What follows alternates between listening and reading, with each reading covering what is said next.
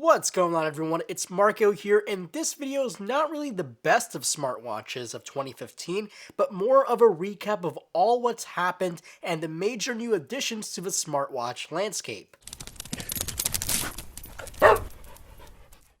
2015 started with a pretty loud bang in the smartwatch department, where Huawei unveiled their Huawei watch at Mobile World Congress. It was a beautiful 42mm stainless steel and sapphire curation that ran Android Wear, and then it was showed off again and again until finally it was released a few weeks after IFA 2015 in September. The Huawei watch is really pretty, featuring an AMOLED display and a great design. It quickly became one of the favorites in the Android Wear ecosystem, and its price, while it can get pretty pricey, starts at a relatively low $349, so when considering the entry-level Apple Watch with the same materials, that starts well over $500. Then about 2 months after the Huawei watch, we came across the official launch date of Apple's first entirely new product in the post-Steve Jobs era with the brand new Apple Watch. It was a huge launch, one that took Apple Watch out of stock for months. And it wasn't just the sport model.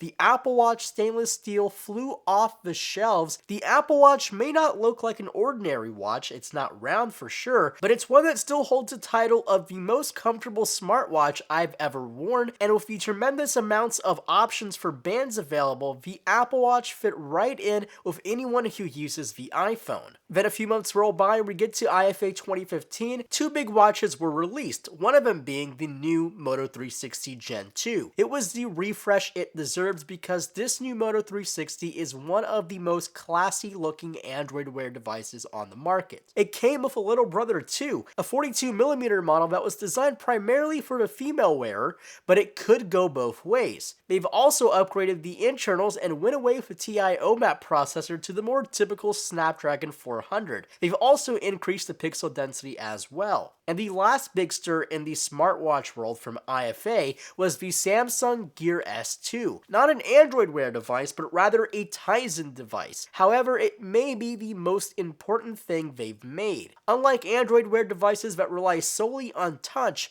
the Gear S2 takes an Apple Watch approach of a physical interface. But unlike the crown on the Apple Watch, the Gear S2 uses a rotating bezel. And isn't it a clever thing? The rotating bezel on the Gear S2 makes tremendous sense, and it works unbelievably well with the Tizen software. It has a beautiful AMOLED display and Samsung's own processor inside, running everything very smoothly. I suppose my only complaint is the small size of the S2, only coming in at 30.2mm at the display. It's definitely not huge even for someone like me with very dainty wrists. Now, of course, there were other announcements, but between these four, they represent much of the market. These four helped push smartwatches forward and made them better for the next generation of wearables that we will see in 2016. If you like this piece on smartwatches, make sure to hit that thumbs up button below. And as always, my name is Marco Hanna, and I'll catch you in the next video.